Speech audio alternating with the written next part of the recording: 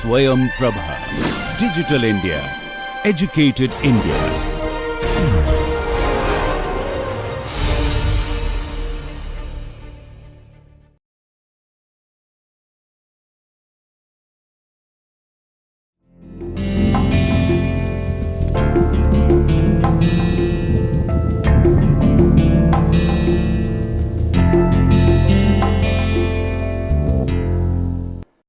Namaste. So in legal research method and methodology, today in lecture number 9, we will discuss the plagiarism and mode of citation and bibliography. Let us start.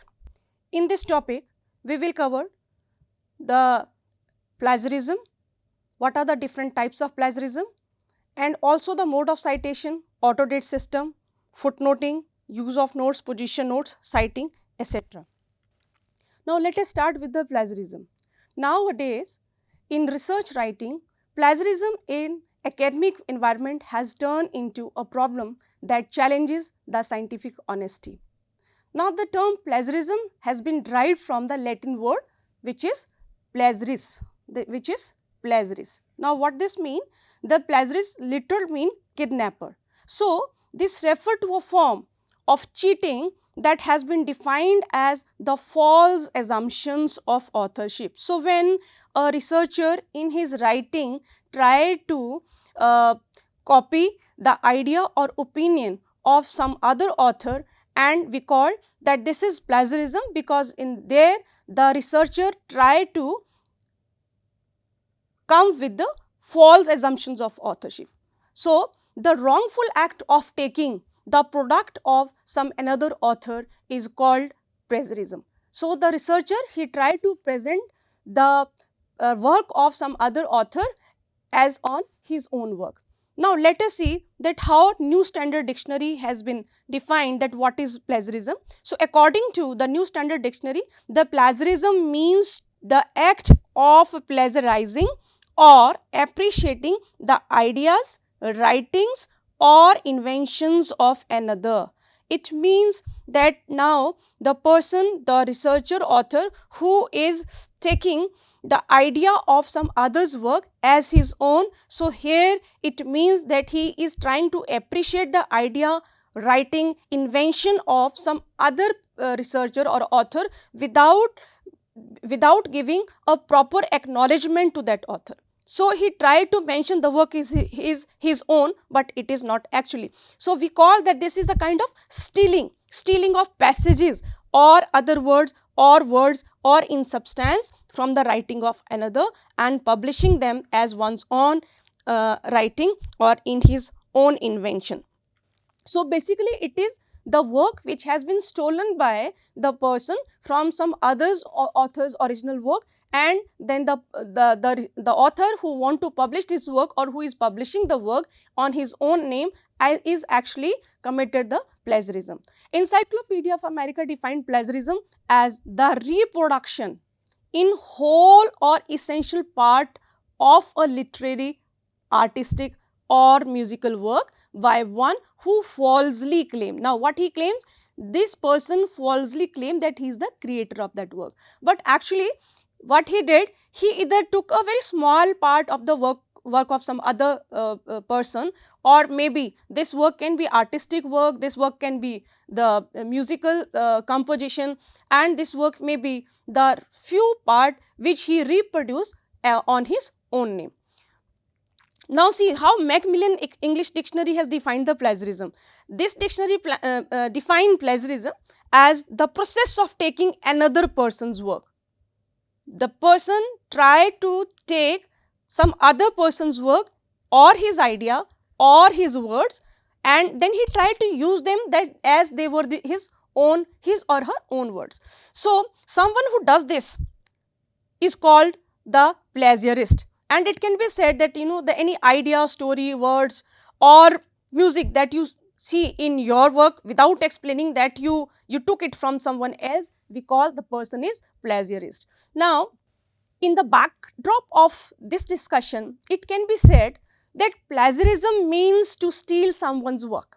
It means that it is a kind of stealing dishonestly someone's work, his idea, literature, and anything that is developed or anything that is invented by someone, and to use it in one's own name to get fame, glory.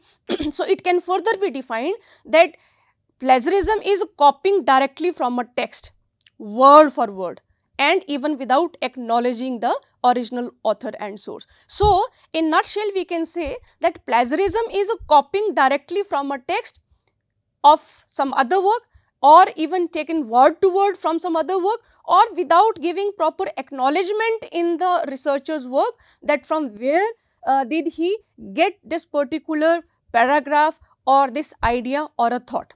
So, using attractive phrases or sentence which is found in another source without acknowledging the original author or a source, we call this is the plagiarism.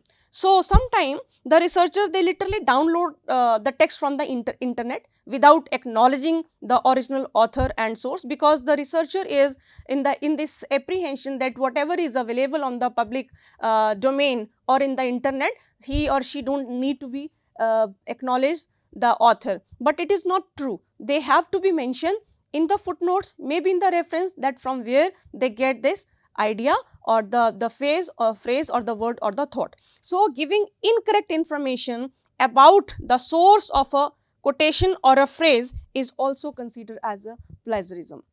Paraphrasing words of text, which is closely by only changing some of the words or the sentence structure without acknowledging original author and source, is also called plagiarism. Sometimes the researcher, he use statistic from another source, maybe from another person, but he either forget to give acknowledgement to the original source, or sometimes the person represent the false data.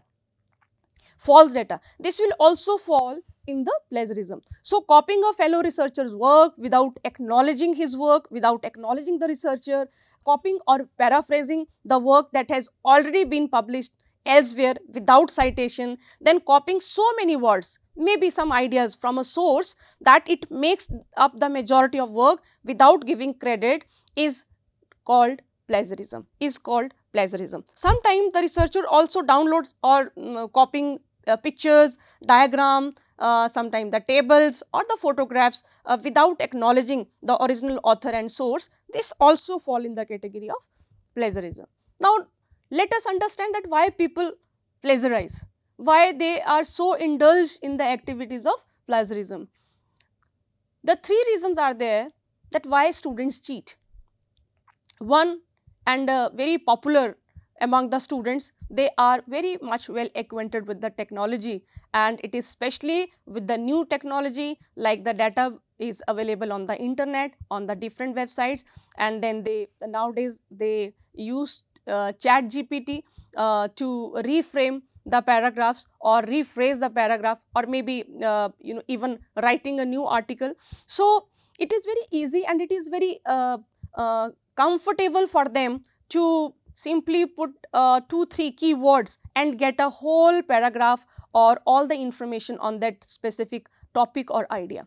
Second is, there are very few who caught with the plagiarism, means that fewer than 10% they are caught with the offense of with the charges of plagiarism. So, they may be entered some words, maybe some signs in their writing that it is difficult to trace out whether the article or paper is plagiarized or not. Then thirdly, most of those who caught, they get off without serious punishment. So, because they are not getting the serious punishment, so they take it very lightly, and then definitely they will try again to plagiarize, to come with the plagiarized work. So, new technology help to the new technology help the students. Second, the 10%, maybe less than 10%, they are caught with this, and third, because there are no very stringent punishment for the plagiarism, that's why they are not taking, the plagiarism very seriously, and then they repeat it again. Now, Ralph and Renz found the most common reason which are cited by students for cheating were desire to achieve by any means. Sometimes maybe because of laziness, because they don't want to spend more time in reviewing literature, and they might have not very keen to pursue the research because they have to be submitted the assignment to the professor. That's why they have to be complete the assignment and submit it to the professor. So the lack of interest in the subject is also reason that people, researcher, they indulge in the activities of plagiarism. Then thirdly, lack of understanding about the offense or the subject, because they have not understanding of the offense, that what is the plagiarism, or they might have not a very good understanding of the subject or the topic or the idea which is assigned to them for the assignment purpose. So they are not very keen to invest some time to study or review literature for the same, and that's why they easily get the matter on the internet or on some website, and they cut, copy, paste the matter, prepared an article and then submit the article. The another reason is thinking they can get away with it. They know that there is no rigid punishment, no tough punishment, and that's why they know that maybe they will come out of it without getting any punishment for the same, and then not too bothered about being caught or the punishment itself. So sometimes students, they take it lightly. They thought that okay, fine, even if we submit an assignment with copy paste and mentioning their name as an original author, they will not be punished or they will not be caught. As I already said, that fewer than 10% are caught for the plagiarism. So the main reason of this plagiarism problem is generally students think that everything of the internet is of public and it can be copied. It can be copied because they are not aware about the plagiarism, and even if they are aware about the plagiarism, they are not interested to invest some time for the research, for reviewing literature, for come with some original work. So people prefer shortcuts. They literally overlooked with their work and they try to use the shortcut and come with the work. Sometimes the poor management, poor time management and the planning skills, sometimes the researcher, he is not well known to the methodology he has to be adopt to complete the research work. So these three can also be a reason that why the people, they plagiarize. Now let us see that what are the different types of plagiarism. What are the different types of plagiarism? So you can see the plagiarism, sometime we call it, this is the direct plagiarism. Plagiarism is also mosaic plagiarism, then accidental, then partial, self plagiarism, ideal plagiarism, collusion and juice plagiarism. We will discuss these terms we will discuss these types one by one. So plagiarism, direct plagiarism, direct plagiarism is word for word. This is word for word transcription. As the title itself mentioned, this is direct. This is something direct where the word to word is used by the researcher from the section of someone else's work, without attribution, without acknowledging that whose work he or she is mentioning. The word to word is mentioned in the research work of some researcher's article. So the deliberate plagiarism of someone else's work is unethical. This is academically dishonest and grounded for disciplinary action, including the expulsion. This is possible if the guide or the supervisor, he caught a person with the plagiarism, then the consequences may be that he denied to guide the student under his guidance, or maybe the student is expelled from the faculty if he is caught with the direct plagiarism. Then second is the mosaic plagiarism. Now what is this?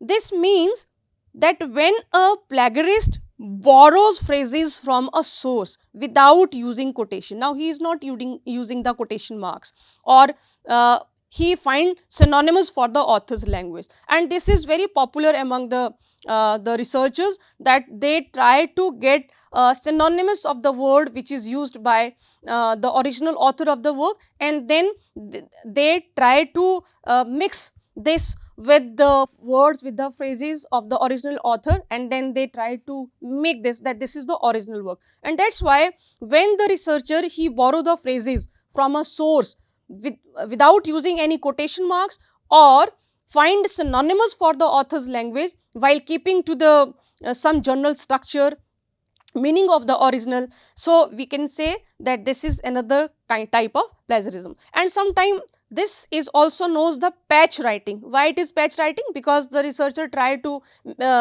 pick some words from the other author's original work. He mentioned those paragraphs or those words in a one paragraph, then he tried to write another paragraph in his own, and then thirdly in the next line he tried to mix or patch the same writing, the words from the same writing in the next paragraph. So we call that this kind of a plagiarism is patch writing. This is patch writing, where the researcher try to write the work of someone else in the form of patches. So this kind of paraphrasing, whether intentional or not, whether it is, if it is academically dishonest, and it is also punishable even if footnote is used. So when footnote is used, but it is the original work which is mixed in the different patches of the work, we call this is academically dishonest, and this is also punishable if the footnote is used.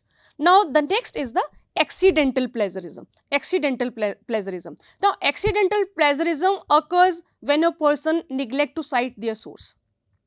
When person neglect to cite the source, or he misquote their source, or he unintentionally paraphrase a source by using similar word. So in a one time he neglected to cite the source, or secondly he tried to misquote the source, thirdly he unintentionally paraphrase a source by using the similar words or group of words or the sentence structure without attributing to the original author of the work. We call this is accidental plagiarism.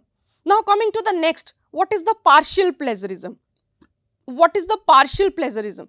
Now in partial plagiarism, the copying would be limited to a section of a page. So here the author is copying, but this copy is limited to a section as it is partial. So it is not full-fledged plagiarism. The researcher, he tried to copy but within the limited section or of a page. So maybe in a one paragraph, so in a full page, in a one paragraph, the researcher, he tried to copy some limited paragraph or some limited words without similarity and along with limited amount of original content. So similar to complete plagiarism, there may not be any reference to the source, or else, so if it is cited, it may not refer to the original work, or else it would be false link. So this kind of a plagiarism, which is a false plagiarism, is also punishable by the researchers, the faculty, concerned department, or a faculty. Now self plagiarism. What is self plagiarism? Self plagiarism involve publishing of the same material. So here the researcher, he published the same material which is produced by the same person through different sources. So it means that that the researcher, he has published his article in a one journal, maybe in 2023, and then with little changes in the same article, now he tried to publish the same article with different name in some other journal. It is self plagiarism. It is known as a self plagiarism. So here the researcher reproduce self-written articles or writing for any other purpose in context of assessment of academic accreditation in relevant settings. This is known as the self-plagiarism. Then there is collusion. Now what is this collusion? Collusion is when student produce original work. So he invests his time and he come with some original work, but the student allows someone else to copy it and reproduce it. So student's original work is reproduced by someone else, of course with the consent of the student, it is considered to be falling into the category of collusion. They call this is collusion. Then the ideal plagiarism. Now what is this ideal plagiarism? Ideal plagiarism is also very important for us to understand that what does it mean. Now in ideal plagiarism, the author literally robbed the paper or data from private or personal property of another author before the author published his or her work. So it is a kind of a theft of the data or the material of the research paper which the author has to be published yet, but it is not published. And the person, he literally robbed that paper or a data from the personal or a private property of the another author before that published, and hence, so the main or original author has not to prove that this is a plagiarism because his work has not published yet. So because there was no time to record the writings and plagiarism considered as the owner's work, and we call this is the ideal plagiarism. Now moving further, what is the juice plagiarism? What is juice plagiarism? Juice plagiarism means copying the main ideas and part of paper. So here researcher tried to mix them. So mixing of main ideas and the different parts of a paper, when the researcher tried to mix them with the new parts, so the work seems as new. What he did? He copied the main idea and some part of some other's work, and he tried to add them with some new work, so that work seems to be the new one. We call this is the juice plagiarism, and this is the most difficult type of plagiarism to detect by the human being or even by the machine factors. So this is the juice plagiarism. Now let us see what are the consequences of plagiarism. What are the consequences of plagiarism?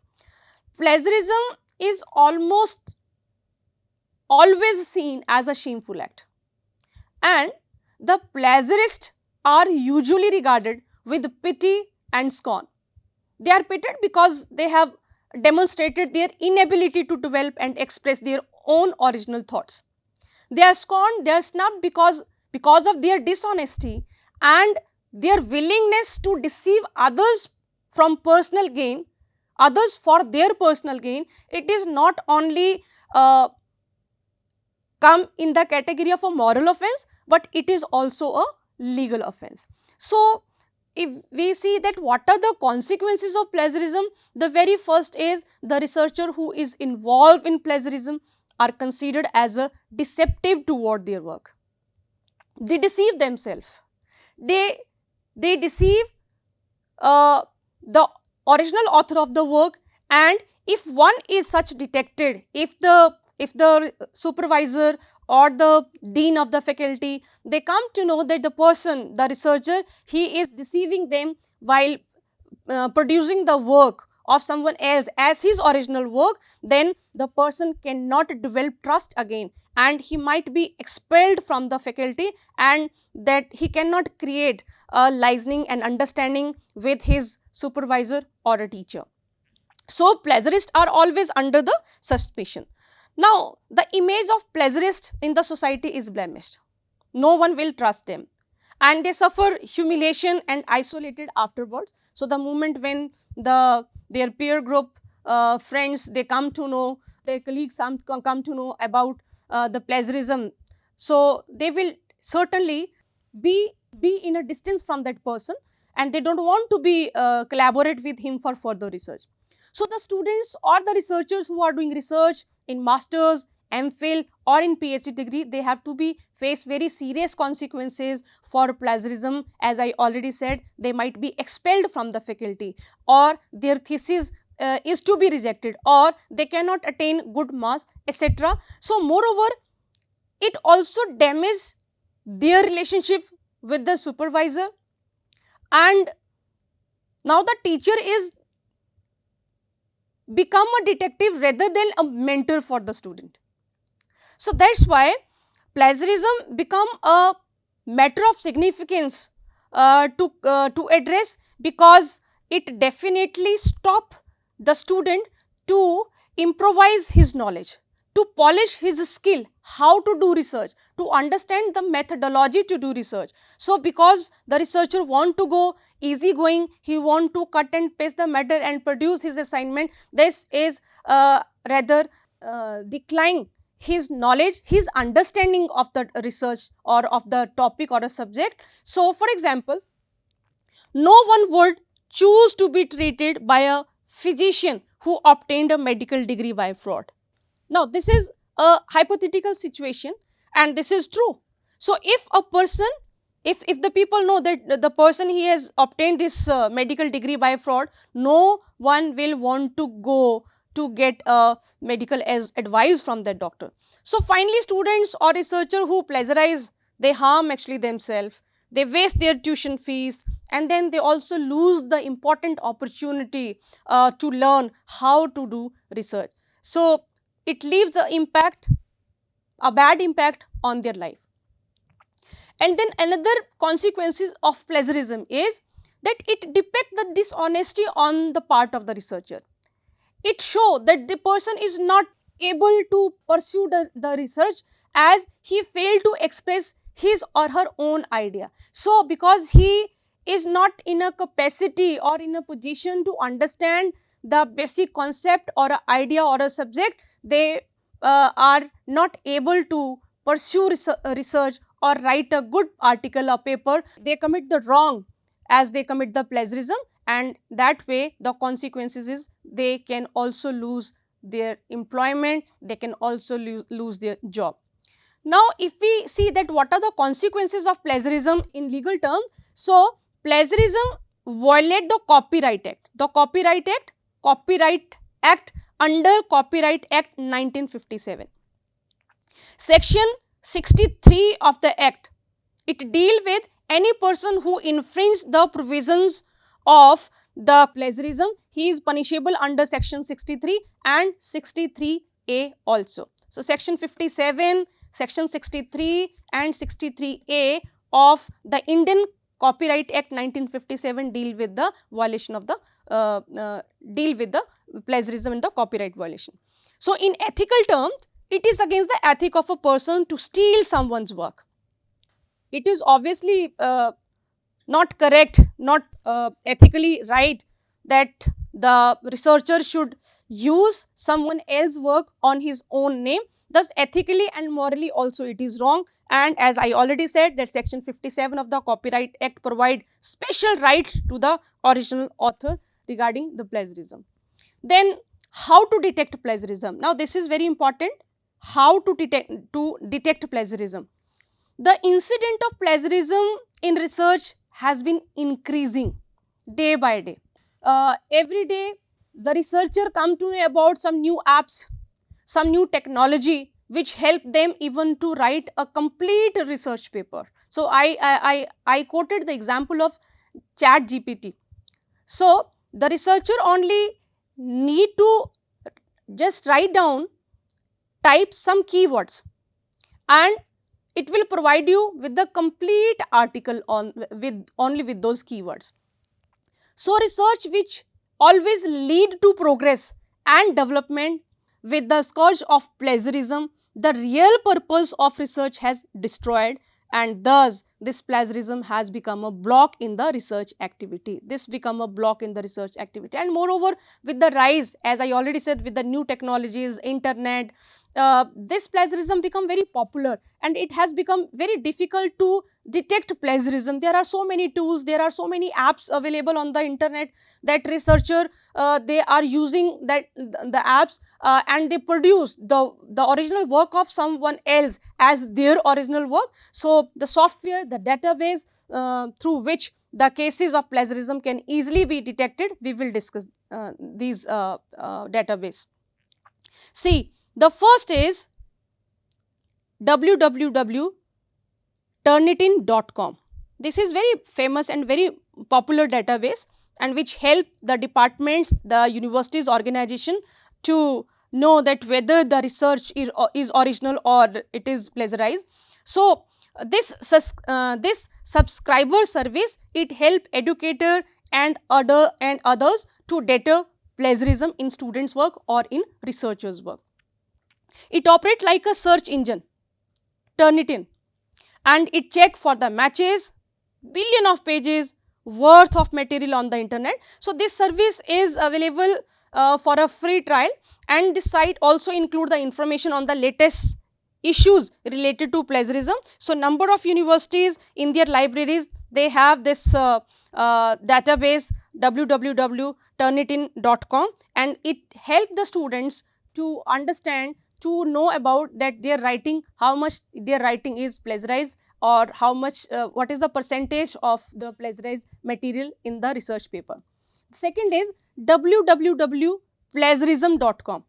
This website checks written work of potential plagiarism at no charge. Now this is free, anyone from his or her laptop, they can go to this website and then they upload their research content, and this website will help the researcher to know that whether the work is plagiarized or not. So the program is intended to make writers aware of their own writing styles, identify any text that may have inadvertently plagiarized. So this is very easy way while the researcher is writing some paper.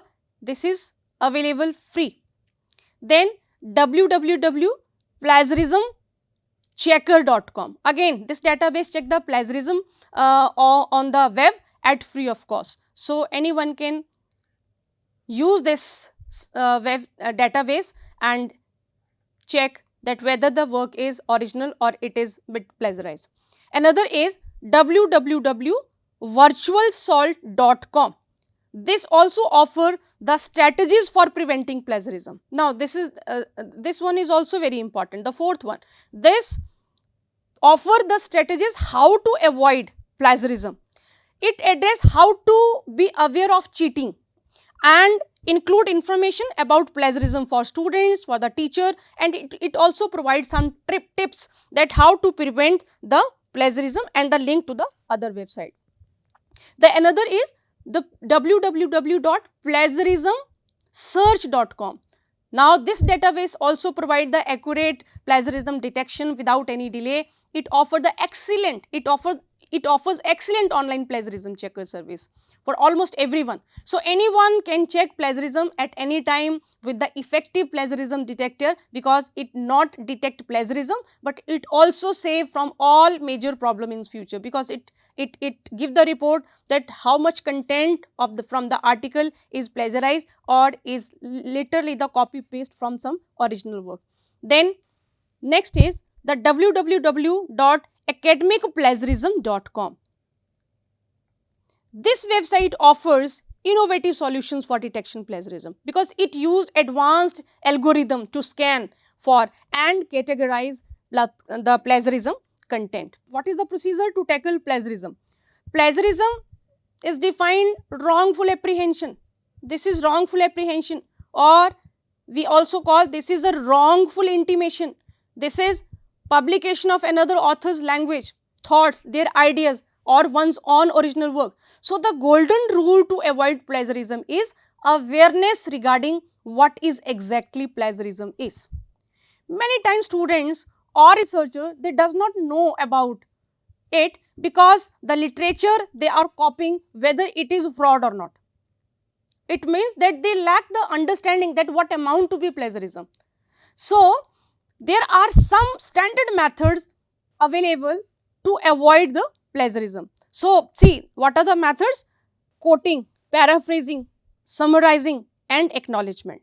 These four standard methods are commonly used to incorporate information from copyright source material into one's own written document, Quoting. Now see, what is quoting? Quoting is using word which is stated by the author verbatim from original source material. Verbatim means word to word.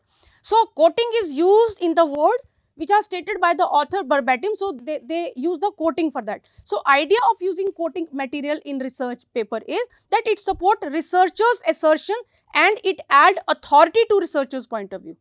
So the key to use quotes is to copy the quotation carefully, reproduce it exactly as it was published in the original paper, and then acknowledge the researcher who has read that paper. So, paraphrasing is the next one. Paraphrasing is simply restating another's idea. It is restating another ideas in its own words. So, paraphrasing is essentially helpful when the research material is rather long or its parts are unmemorable. Its parts are unmemorable. So, when paraphrasing, it is important that researcher not only interpret the author's idea correctly, but also relate those ideas accurately. Summarizing. Summarizing is again an art of saying what another author stated, but this summarizing is, it's very briefly. Summarizing is very briefly. The summarizing is, it is the art of saying what other author stated, but it is a brief. It is brief. So, to write a good summary, the researcher has to keep 3 points in his mind. Number 1, review the original literature as many times as necessary. Second, after reviewing the passage, write a summary of what is just read. After reading the passage, the researcher has to read the summary of what he or she read. Please note down that summary. Third, review the summary and see if it is faithful to the original source document or not. So, summarizing include 3 points. I am repeating it again. Review the original literature as much as necessary. 2, after reviewing the passage, write a summary of that passage or that paper. Third, then try to review the summary and see whether it is faithful to the original source document or not. Now, coming on the next, acknowledgement. Acknowledgement, this is where number of researchers, they avoid to acknowledge the work of some other author. So, citing source involve creating in-text citation. Now, we will see that what is this creating in-text citation. This is text notes. Now, or maybe it is the end of paper, we call that this is a end note. So, the end notes come at the end of the paper. At the end of the paper, that is a footnote. So, what it contains? It contains the full information about the original source, like name of the author, citing a book or article, the name of the publisher, the year when the work was published, like this. So, the best way to acknowledge the original author is giving the full information about the original source. Now, this is very important.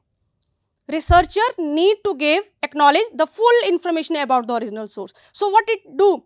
It actually reduce the chances of plagiarism, because the person, he refer the work and then down on the paper at the footnote, he also mention full information of from where he get this work. So, the original source of work is mentioned in the footnote. It help to reduce the plagiarism in the research work. Now, some of the professional organizations, some of the government sponsored companies, government sponsored institutions, corporations, like the Association of Computing Machinery, ACM, they has created a policy that deals specifically with self-plagiarism. So, there are so many agencies or organizations who are dealing with these matters of plagiarism. Now, what are the suggestions to prevent plagiarism? Never use other person's writing without proper acknowledgement. Acknowledgement is very, very important. Second, always use a single and uniform method of citations. Like if the researcher is using MLA style or APA style, or in law writings in India, if the researcher is using ILI style, so whatever style may be used, it is essential that it must be used in an unvaried form. There must be uniformity of the citation style. If the researchers start to giving citation with MLA style, the whole paper should be with the footnotes or citation only in the MLA style, or in APA style, it should be continued with that. So, uniformity is very, very important while the researcher is citing the work of some author. Never steal other person's idea, as it also lead to plagiarism. Yes. Till now, we already have had a discussion on that why the review of literature is important, why it is important to conduct a research which has not been done by the researcher, because research is not about producing the thing or the idea which is already discussed again. It is about that if there is a gap or a flaw in the law or in the social issue, or if there is any problem, the researcher is about to address that particular issue or a problem. Researcher is about to discuss about the law which is enacted for the betterment of the specific section of society. So, never stole the other person's idea. The researcher should always come with some new thought, with some new concept. So, one should try to avoid the idea of some other person. If he try to repeat on the work which is already done, it also lead him toward the plagiarism, because he might have that preconceived thought on which the another person has already discussed or write down some paper on article or maybe the dissertation. So, maybe the dissertation. So, that is why the person should try to avoid the work which has already done. Rather, he has to be see that which portion or which particular point has not been addressed in the previous work. So, he has to be discuss on that only. Then, while borrowing from internet, use proper citations like name, author, articles, web page in which it has been published. And this is a very big problem nowadays, because the students, they come with their assignments, and in the footnoting, they sometimes they simply mention the website from where they pick this article, without mentioning the name, without mentioning that when they retrieved that website. So, all these things are very, very important, that when such data is retrieved from the said web page is also required, and the date when the data is retrieved, it is missed sometime in the footnoting or in the reference, which is very, very important to prevent the plagiarism. Another is, we also need to aware the students about plagiarism, because we need to tell them that the study is not about cramming the things. It is about understanding and create a capability to enhance the ideas, to polish their thoughts on that particular subject or on that particular issue. And that is why the copy and pasting the idea of someone else is not sought their purpose, because getting a very good marks while cramming the theory is one thing, and understanding with the knowledge that what it about and understanding the concept is something different. So, the person need to be enhance the knowledge while doing the literature review, while understanding that what the idea is already discussed and where the researcher has to be study about with some new concept or new ideas. So, we also need to develop a creativity, as it always lead to success and originality. So, I feel that the universities and education systems, they have to be developed such kind of a curriculum which enhance the creativity aspect of the students, and which definitely lead them to succeed in their life, professional and personal life, and also to create the originality in the work. Then we also need to aware regarding the web pages or other tools through which the cases of plagiarism can be easily detected. So, the sites which I mentioned in this lecture, these sites are very helpful for the students to check that whether what is the originality of the paper, whether it is literally copy paste or whether it is his or her original idea. So, the software must be installed in the libraries of the university and colleges in the way that the research work, if the research work is plagiarized, it can easily be detected, and it must be followed by the severe penalties, so that other can learn lesson from this. And then we also need to develop self-confidence in one person, in oneself. As some person, they steal others' idea by thinking that their ideas are not impressive, but then they forget that they do not pursue their work with the idea of someone else. So, the originality need to be bring in the research work, and for that the students are supposed to be trained for the research. They need to be trained how to pursue research, what should be the technology they have to be used, what are the methods, what are the tools, what are the techniques, all the research design they need to be prepared with for pursuing their research. Now, let us understand what is the modes of citation.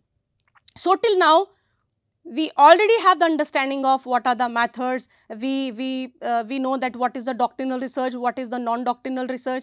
Now it's our turn to write an article. Maybe now the data is already collected, the information is in hand, analysis is done.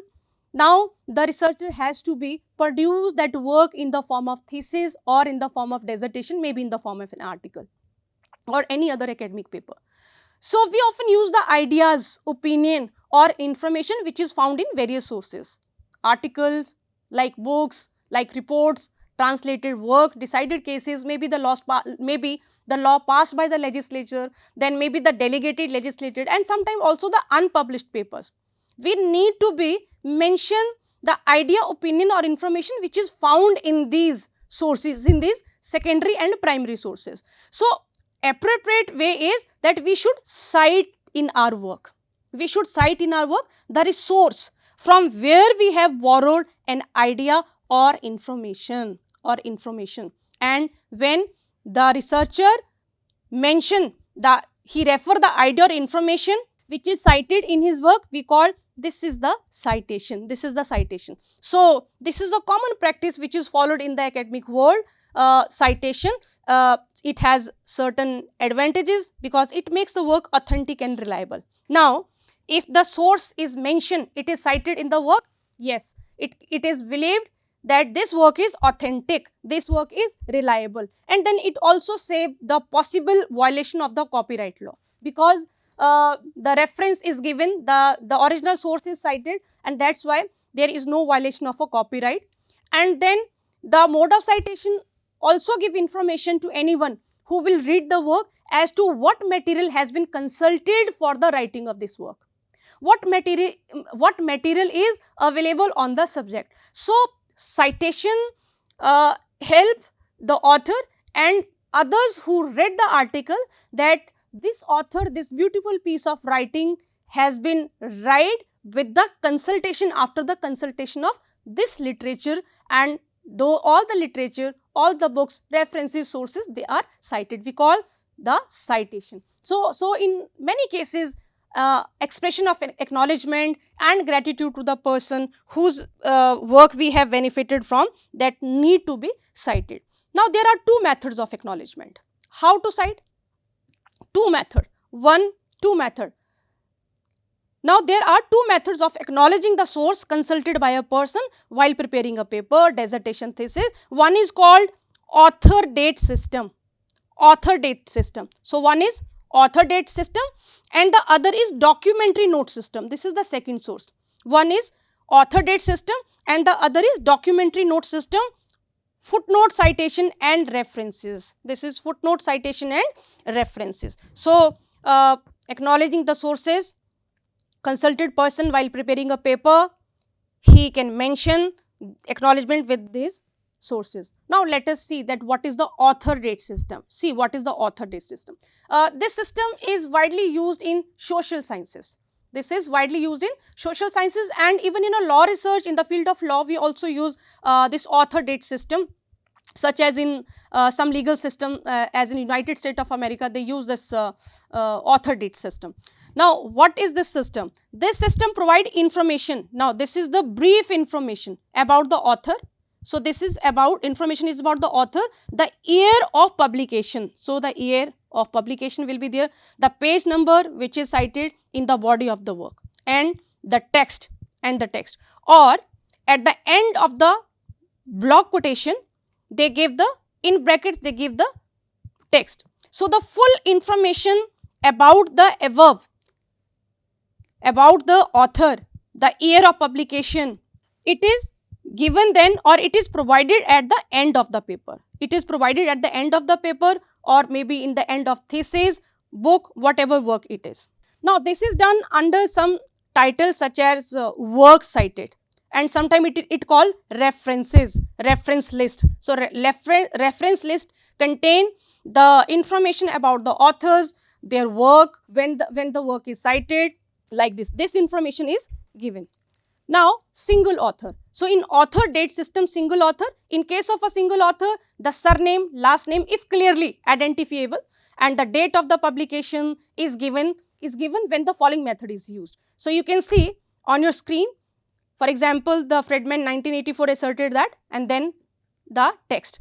Law can be bring about social changes, and social changes itself often affect changes in law. Who? That's Cottrell 1984. When material is quoted verbatim, word to word, the page number must be given. The page number must be given.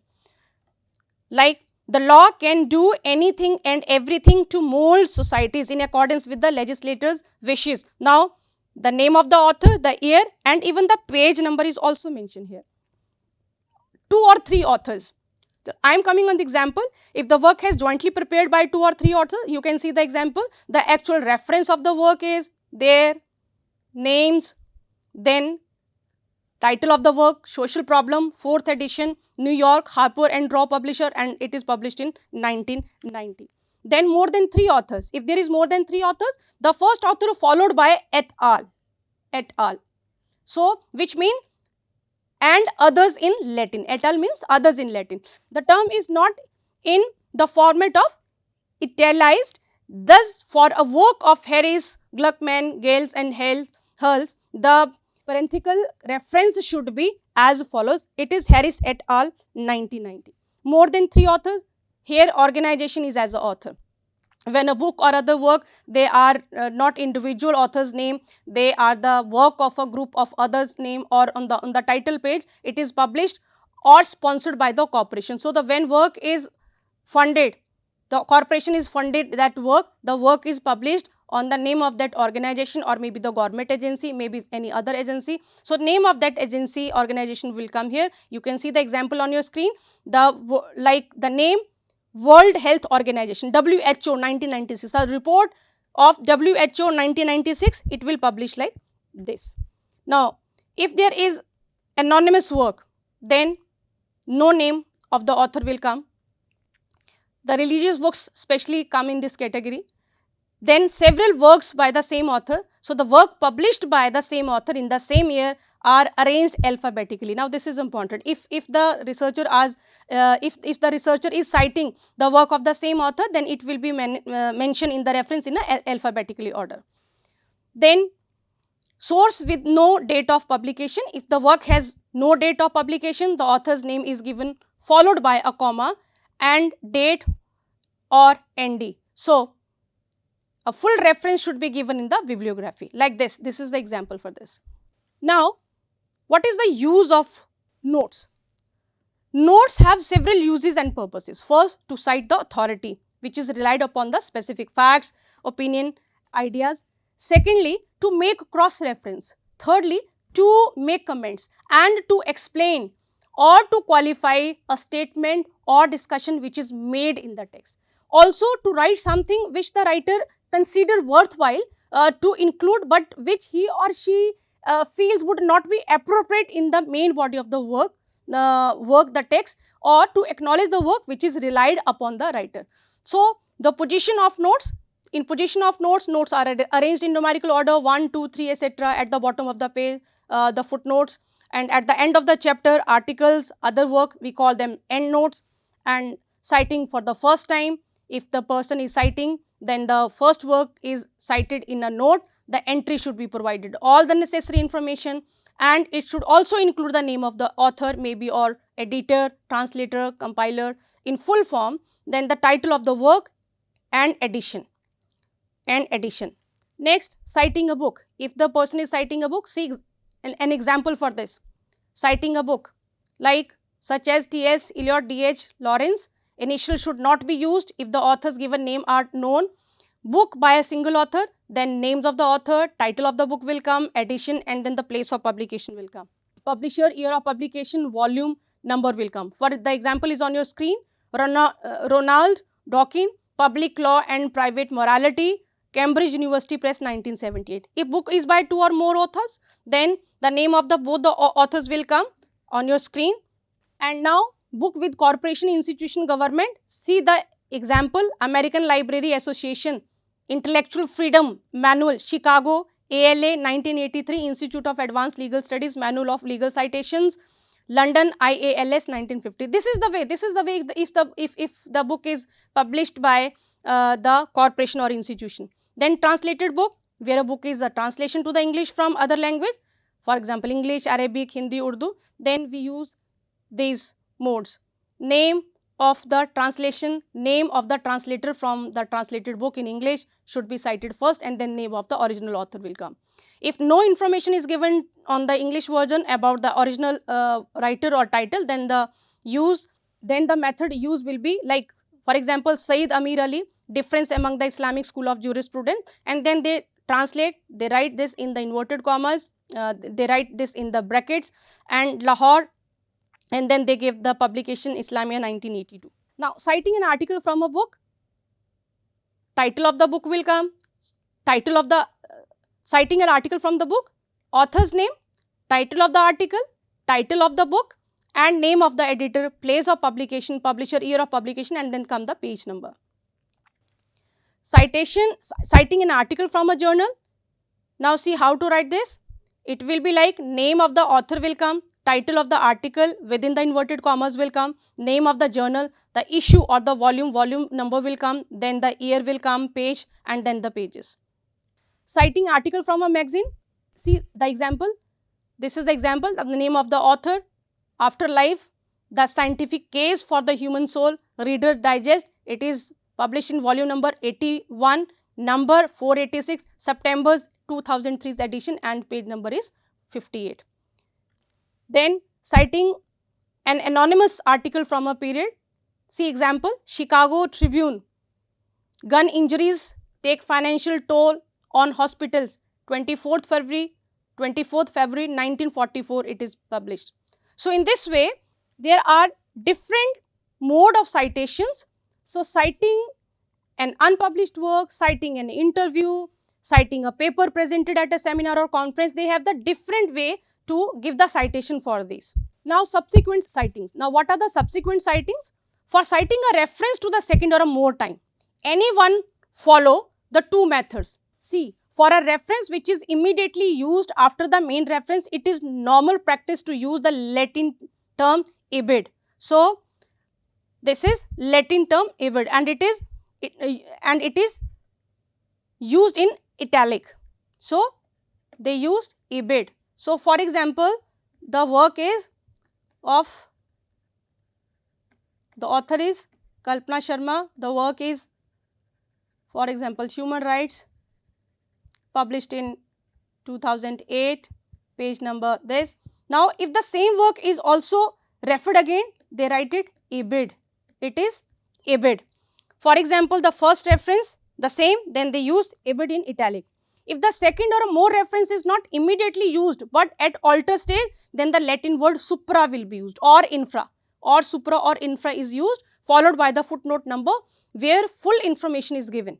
Then examples of this like supra note 4, if the work which was we discussed in this slide, this is the footnote number 23, this is footnote number 24. Now, the footnote number 23 again comes, and we mention this is supra note 23, supra note 23, or it can also be right like Kalpana Sharma supra note 23, or like this, the name of the author, then supra note 23.